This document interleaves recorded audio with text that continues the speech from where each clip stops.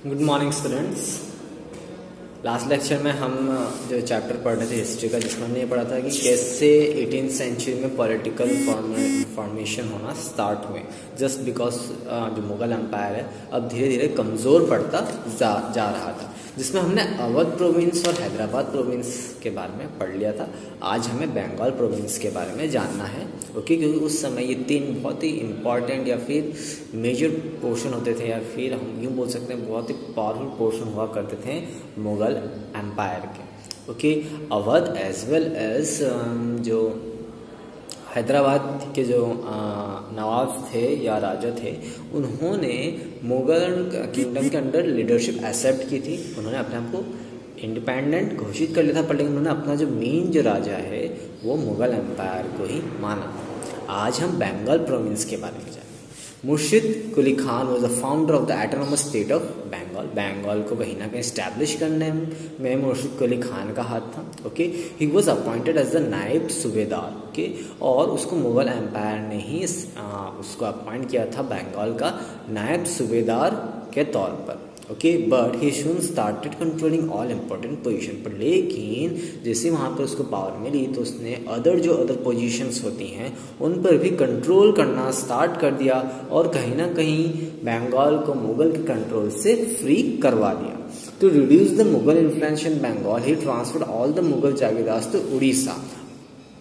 अब अपना वर्चस्व वहाँ पे बढ़ाने के लिए उसने सबसे पहले क्या करा, जितने भी मुगल जागीरदार्स मुगल्स ने अपॉइंट किए थे बंगाल रीजन में, उन सबको वहाँ से हटा के कहाँ भेज दिया, उड़ीसा में। Like the rulers of Hyderabad and Awadh he also control the revenue administration of the state. इसके साथ साथ जैसे अवध और हैदराबाद के जो राजा थे, उन्होंने पूरा रेवेन्यू सिस्टम अपने, मतलब जो पैसे लगते हैं, जितना भी काम है टैक्स कलेक्शन का, वो सब अपने अंडर में ले लेता। सेम इन्होंने भी वही काम करा। इन्होंने भी मनी से रिलेटेड, पैसों से रिलेटेड जितने भी काम काज थे सब का कंट्रोल उन्होंने खुद ले लिया था। To reform the revenue system he ordered the reassessment of the revenues of Bengal. Now revenue was collected in cash from all zamindars with great strictness. अब उसने रिवेन्यू सिस्टम में कुछ चेंजेस लेके आए। रिवेन्यू सिस्टम में क्या चेंजेस लेके आए कि पहले क्या होता था कि अगर कोई रिवेन्यू अगर अनाज के फॉर्म में कर रहा है तो वो कर सकता था, लेकिन अब उन्होंने वहाँ पे नियम बदल दिए थे। रिवेन्यू सिस्टम में क्या हुआ था, अगर आपको टैक्स से भी टैक्स कलेक्ट करते थे तो वो कैश के फॉर्म में करते थे, यानी कि मुद्राओं के फॉर्म में जो उस समय चलती ही, और बहुत ही ग्रेट स्ट्रिक्टनेस के साथ स्ट्रिक्टली सारे रिवेन्यूज को कलेक्ट किया जाता था। Many zamindars were forced to borrow money from bankers and money lenders for paying revenue. और जमींदार, जैसे जमींदार जो कि रिवेन्यू पे नहीं करते, उनको फोर्स किया जाता था कि चाहे आप मनी लैंड कीजिए, मतलब कि उधार लीजिए, पर लेकिन हमें रिवेन्यू या टैक्स पे कीजिए। और ऐसे कोई जमींदार ऐसे रहते थे जो इन्होंने टैक्स पे नहीं कर पाते थे, तो उन्हें मजबूर किया जाता कि अपनी ज़मीन बेचकर हमें टैक्स पे करें। Like Awadh, the close connection between the state and the banker was established under the rule of Ali Wordi Khan between 1740 to 1756. During his reign, the banking house of Jagat State, a wealthy banker, became extremely prosperous. और same जैसे अवध में banking system establish की थी, same Bengal में भी establish की, और इसी में एक ऐसे बैंकर थे जगत सेठ, जो कि उस समय बहुत ही ज़्यादा एक्सट्रीमली प्रॉस्परस बैंकरों में से एक थे। अब similarities in the administration of the three autonomous state. अब जो ये तीन इंडिपेंडेंट स्टेट अपने आप में जो बन गए थे, जो काफ़ी पावरफुल है, और मुगल एम्पायर का ज़्यादा इन्फ्लुएंस नहीं था इन पर, तो इनमें क्या सिमिलरिटीज थी। Okay, although these states were established by the former Mughal nobles, they were suspicious of some of the administrative system of the Mughals, especially this is jagirdari system. अब इनमें खास बात ये थी, अगर हम तीनों को कंपेयर करेंगे, इसमें सिमिलरिटीज़ क्या थी कि सिमिलरिटीज़ ये थी कि तीनों ही जो थे मुगल, जिन्होंने ये ऑटोनोमस स्टेट बनाया, अवध, हैदराबाद और बंगाल, ये कहीं ना कहीं मुगल एम्पायर के खास इंसान हुआ करते थे, जिनको कहीं ना कहीं पोजीशन दी गई थी हैदराबाद में, बंगाल में और अवध में। पर लेकिन वहाँ पर इन्होंने खुद अपने आप को पावरफुल बनाया और सारा कंट्रोल इन्होंने ले लिया। इसके साथ साथ कहीं ना कहीं मुगल एडमिनिस्ट्रेटिव सिस्टम में जो जागीरदारी सिस्टम थी, उसमें कुछ ना कुछ कमी थी, जिसका फ़ायदा इन्होंने उठाया और उनको रिप्लेस भी करा बाद में। Okay, they modified the tax collection procedure. The court officer were replaced by revenue farmers for the collection of taxes on the agriculture produce. अब उन्होंने इसके साथ साथ उन्होंने टैक्स कलेक्शन में भी मॉडिफिकेशन करे प्रोसीजर में। इसके साथ साथ जो कोर्ट ऑफिसर्स होते थे, जो केवल एडमिनिस्ट्रेशन से लेके काम करते हैं। अब उनको क्या कर उन्होंने उसको तब्दील कर दिया कि अब आपका काम है कि आपको टैक्स कलेक्ट करना है फार्मर्स से। Okay, they developed close relation with the banker and money landers of the state. उसके साथ साथ एक बहुत ही महत्वपूर्ण बात ये थी कि उन्होंने बैंकिंग सिस्टम डेवलप करना स्टार्ट कर दिया और बैंकर्स को एक तरीके से कॉन्फिडेंस में रखा कि इन केस अगर हमें कोई पैसा चाहिए तो आपको देना होगा। और कहीं ना कहीं जो बैंक सिस्टम है उसको कहीं ना कहीं प्रिवेल इन 3 एम्परर्स या फिर जो 3 राजा जो नवाब से इन्होंने प्रिवेल किया। ओके, अब हम बात करेंगे द एक्सपांशन ऑफ वतन जागीर्स ऑफ राजपूत। ओके, जैसे हमने जब हम इंट्रोडक्शन पढ़ा था तो उस दिन हमने यही पढ़ा था कि एक तो जैसे मुगल एम्पायर ने जो सूबेदार या समानताज या फिर नायब सूबेदार जो भी उनके जो खास नोबल्स होते थे उनको जो पर्टिकुलर पोर्शन दिया था, उन्होंने अपना खुद को इंडिपेंडेंट राजा वहाँ घोषित कर लिया था और खुद वहाँ पर एज ए राजा की तरह पावर एंजॉय कर रहे थे। दूसरे थे वतन जागीर जो कि स्पेशली जो राजपूत होते थे वो वतन जागीर्स। ओके, और इसके साथ साथ कुछ ऐसे एरियाज भी थे जहाँ पर मुगल साम्राज्य ने पूरी तरीके से अपना पावर खो दी थी। एक तो सिख रीजन यानी पंजाब रीजन, मराठा जो वाला पोर्शन वहाँ पर। तो इसमें सबसे पहले हम वतन जागीर्स के बारे में जानेंगे। Watan jagirs were the homeland that Rajput rulers got back as assignment after accepting the sovereignty of the Mughal ruler. अब वतन जागीर्स ऐसे किंगडम्स थे जो कि इन राजपूत जो पहले यहाँ पर रूल कर रहे थे और इन्होंने मुगल जो राजा थे उनकी किंगशिप या फिर उनको अपना राजा माना। ओके, और उनके अंडर में अपने अपने राज्य को ही वो रूल कर रहे थे। Many Rajput Kings who had served exceptionally well under the Mughals were given considerable freedom in the administration of वतन जागीर्स। और कुछ ऐसे राजा जो मुगल एम्पायर्स को बहुत ज़्यादा इम्प्रेस किया, उनके लिए वो लॉयल रहे, तो उनको पूरी फ्रीडम दी कि आप अपने उस पर्टिकुलर राज्य में जो आपको एज ए वतन जागीर के तौर पे मिला है वो आप वहाँ पर फुल्ली इंडिपेंडेंटली आप गवर्न कर सकते हैं। The kings of the states of Amber Jaipur and Jodhpur were prominent among this. और इसमें अंबर जो जयपुर में है और जोधपुर के जो राजा थे उनको काफ़ी पावर्स मिल रही थी। Raja Sawai Jai Singh of Amber and Raja Ajit Singh of Jodhpur acquired a lot of wealth and power as subedars of rich provinces of Malwa and Gujarat respectively, जिसमें राजा सवाई जय सिंह को मालवा की जगह मिली, पोर्शन मिला, और राजा अजीत सिंह को गुजरात का पोर्शन मिला। और ये काफ़ी वेल्दी और प्रॉस्परस राजाओं में से एक थे अगर हम बात करें वतन जागीर या फिर राजपूत में से। The governorship of Zubedars were renewed by the Mughal Emperor Jahandar Shah in 1713. In 18th century, these Rajput rulers took advantage of the weak Mughal emperors and extended their control over the Mughal territories neighboring their watans. For example, Amber annexed large area of Bundi, while Jodhpur brought Nagpur under his control. Savai Raja Jai Singh founded his new capital Jaipur and was made the Subedar of Agra in 1722 CE. From the 1740s, a series of attacks by Marathas of the Rajputs curtailed the expansion of the later territories. अब हुआ क्या, जैसे ही इन राजपूत को ये पता चला, इन राजपूत या फिर वतन जागीर्स को जब ये एहसास होने लगा कि मुगल एम्पायर या जो मुगल राजा जो मतलब और आफ्टर ऑल इतने पावरफुल नहीं है या फिर गवर्न नहीं कर पाएंगे, तो इन्होंने अपने आप को इंडिपेंडेंट घोषित किया। Okay,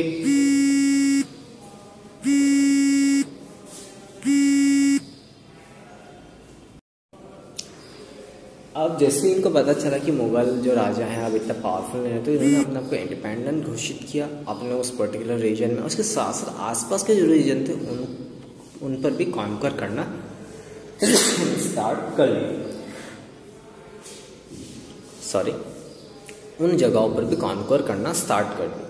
okay, as a result क्या हुआ कि जैसे सवाई राजा जय सिंह ने जो जयपुर वाला पोर्शन है उसको पूरा कॉन्कर कर लिया, और बूंदी वाला पोर्शन है वो कॉन्कर कर लिया, और जैसे जोधपुर के जो राजा थे उन्होंने नागौर को अपने अंडर में ले लिया। सो ऐसे करके इन्होंने धीरे धीरे अपने बाउंड्रीज को बढ़ाना स्टार्ट कर दिया। बट लेकिन जब मराठास ने जब राजपूत पर अटैक करना स्टार्ट कर दिया तो धीरे धीरे इनकी जो बाउंड्रीज थी वो सीमित रहेगी, और ये अपनी जो टेरिटरीज जिस हिसाब से एक्सपांड कर रहे थे वो एक्सपांशन में असफल रहे। Okay,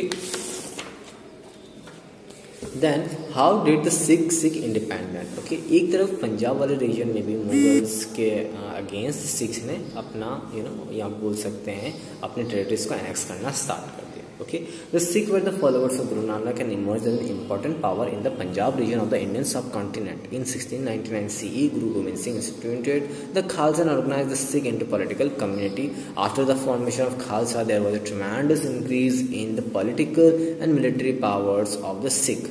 Guru Gobind Singh inspired the Khalsa with the belief that their destiny was to rule. Under his leadership, the Sikh fought several battles against the Rajputs and the Mughal rulers.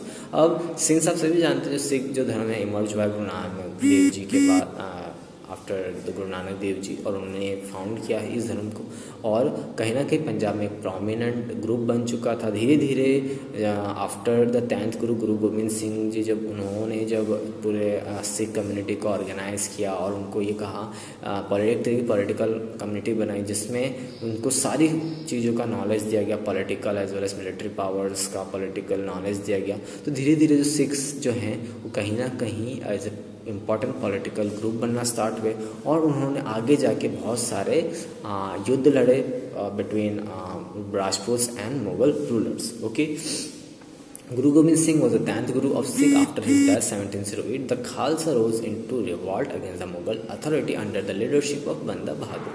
After the death of Guru Gobind Singh, जो खालसा जो community थी, जो Sikh community Khalsa community थी, under the leadership बंदा बहादुर, इन्होंने अपने Mughal authorities पर हमला करना स्टार्ट कर दिया और कहीं ना कहीं डिक्लेयर करा एज सिख पीपल्स दैट वो अब मुगल गवर्नमेंट या मुगल साम्राज्य के अधीन नहीं है।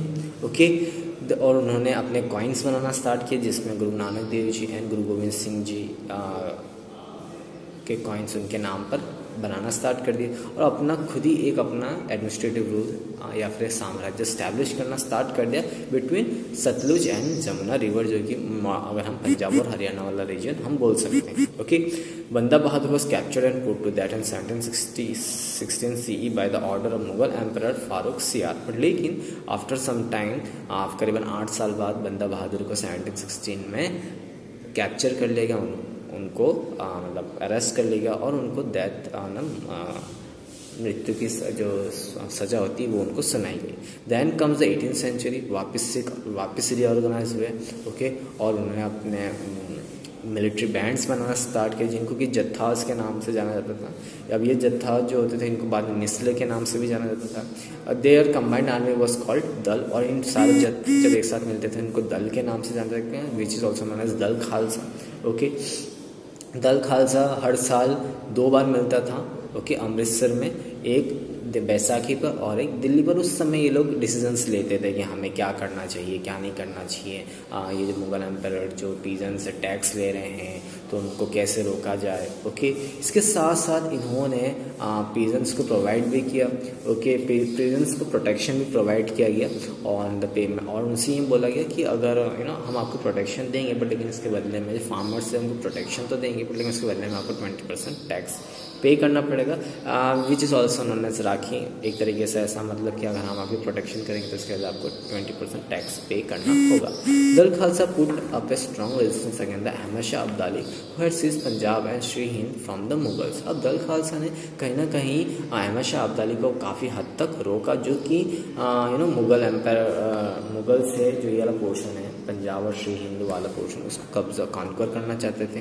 इन 1765 CE the Khalsa again struck their own coins and declared the sovereign rule, और वापस 1765 CE में वापस से जो पंजाब या रीजन है या दल खालसा जो मिलिट्री बैंड था, इन्होंने अपने आप को वापस से मुगल साम्राज्य के अगेंस्ट इन्हें आवाज़ उठाई और इन्होंने कहा कि अब हम आपको अपना राजा नहीं मानते हैं, हम अपना खुद का साम्राज्य मतलब साम्राज्य बसाएंगे। वापस इन्होंने कॉइन्स बनाना स्टार्ट कर दिया। Okay, Towards the end of the 18th century, the Sikh territory extending from Indus to Jamuna comprised of numerous misl under different rulers. One of the Sikh rulers was Maharana Ranjit Singh. Reunited this misl and established his capital at Lahore. और ये जो अलग अलग दल खालसा बने थे, अलग अलग जत्थास जो बने हुए थे, इनको वापस से रीऑर्गेनाइज करा महाराजा रंजीत सिंह ने और अपना जो टेरिटरी है वो बढ़ाते गए और लाहौर को उन्होंने अपना कैपिटल बनाया। Okay, how did the Marathas crave out the independent kingdom. फिर इसके बाद में एक और पॉलिटिकल फॉर्मेशन हुआ था जो कि था मराठास का। ओके, ये बात है मिड 17th सेंचुरी की। मराठास कहीं ना कहीं एक इम्पॉर्टेंट पॉलिटिकल पावर्स बनते जा रहे थे डेक्कन रीजन में, और उनके लीडर्स थे शिवाजी ने ये पावरफुल मराठा किंगडम बनाया था। ओके, और उनकी फैमिलीज़ वाला के सब कहीं ना कहीं बहुत ज़्यादा सपोर्टर्स थे, उन्होंने भी सपोर्ट किया। ओके, जो कि देशमुख्स के नाम से जाने जाते थे। उन्होंने काफ़ी एक स्ट्रांग आर्मी बनाई with the help of peasants. Okay, जो पीजेंट्स होते थे, जो फार्मर्स होते थे, जो चरवाहे होते थे, उनसे मिलकर उन्होंने एक बहुत ही बड़ी आर्मी और एक पावरफुल आर्मी क्रिएट की थी। उनके बाद जब after the death of Shivaji the Maratha kingdom was ruled by the family of Chitpavan Brahmins. After death of Shivaji Maratha kingdom को एक फैमिली ने रूल किया जो कि चित्पावन ब्राह्मण्स के नाम से जाने जाते थे। ये शिवाजी को इन्होंने काफ़ी वो करा था, मतलब शिवाजी मतलब छत्रपति शिवाजी काफ़ी नज़दीक थे और काफ़ी लंबे समय तक उनके साथ उन्होंने काम किया था। Okay, Pune became the seat of authority of the Maratha kingdom, और पुणे कहीं ना कहीं एक कैपिटल बना मराठा किंगडम का। Under the Peshwas the Marathas developed a very successful military organisation. Later on the Chitpavan Brahmins जो है आगे जाके इनको पेशवाज के नाम से जाना गया। उस समय पेशवाज ने काफ़ी स्ट्रांग मिलिट्री ऑर्गेनाइजेशन बनाई। Okay, the followed specific military strategy that help them to carry out many successful campaign against the Mughals, और उनकी काफ़ी अच्छी स्ट्रेटजीज होती थी जिससे कि उन्हें काफ़ी सफलता मिली अगेंस्ट द मुगल एम्परर। अब स्ट्रेटजीज कैसे होती थी कि to avoid confrontation with Mughals they kept away the fortified areas of the Mughals, और ये कभी भी किले के आसपास नहीं लड़ते थे, ये कहीं अदर प्लेसेस में लड़ते थे। स्पेशली गुरिल्ला अटैक्स करते थे जंगलों में, जब मुगल काफिला जा रहा होता था उस समय ये अटैक करते थे। ओके, ये उनकी कॉमन स्ट्रेटजीज में से एक थी। ओके, फिर इसके साथ साथ they carried out raids on the Mughal cities, और अचानक से ही मुगल सिटीज़ पे रेड कर देना, उन पे हमला कर देना। इसके साथ साथ they fought with the Mughal armies in those area where supply lines and reinforcement can easily be cut, और ये ऐसी जगह पर ही युद्ध करना पसंद करते थे जहाँ पर मुगल साम्राज्य या मुगल सोल्जर्स को प्रॉपर सप्लाई मतलब हथियारों की सप्लाई नहीं मिल पाया, अनाज की सप्लाई नहीं मिल पाया। इससे क्या होता है, जो मिलिट्री को जब भी सैनिक युद्ध करेंगे तो उन्हें कहीं ना कहीं और भी अदर सोर्सेज की रिक्वायरमेंट रहेगी, हथियारों की रिक्वायरमेंट रहेगी, खाने की रिक्वायरमेंट। अगर उस सप्लाई को ही बंद कर दिया जाए तो जो मुगल आर्मी है वो धीरे धीरे कमज़ोर पड़ना स्टार्ट करती है, और इसी का फ़ायदा उठाते हुए मुगल जो है जो मराठास जो हैं मुगल आर्मी के अगेंस्ट लड़ते थे, और काफ़ी और पोर्शन एनेक्स भी किया था अंडर द मराठा किंगडम।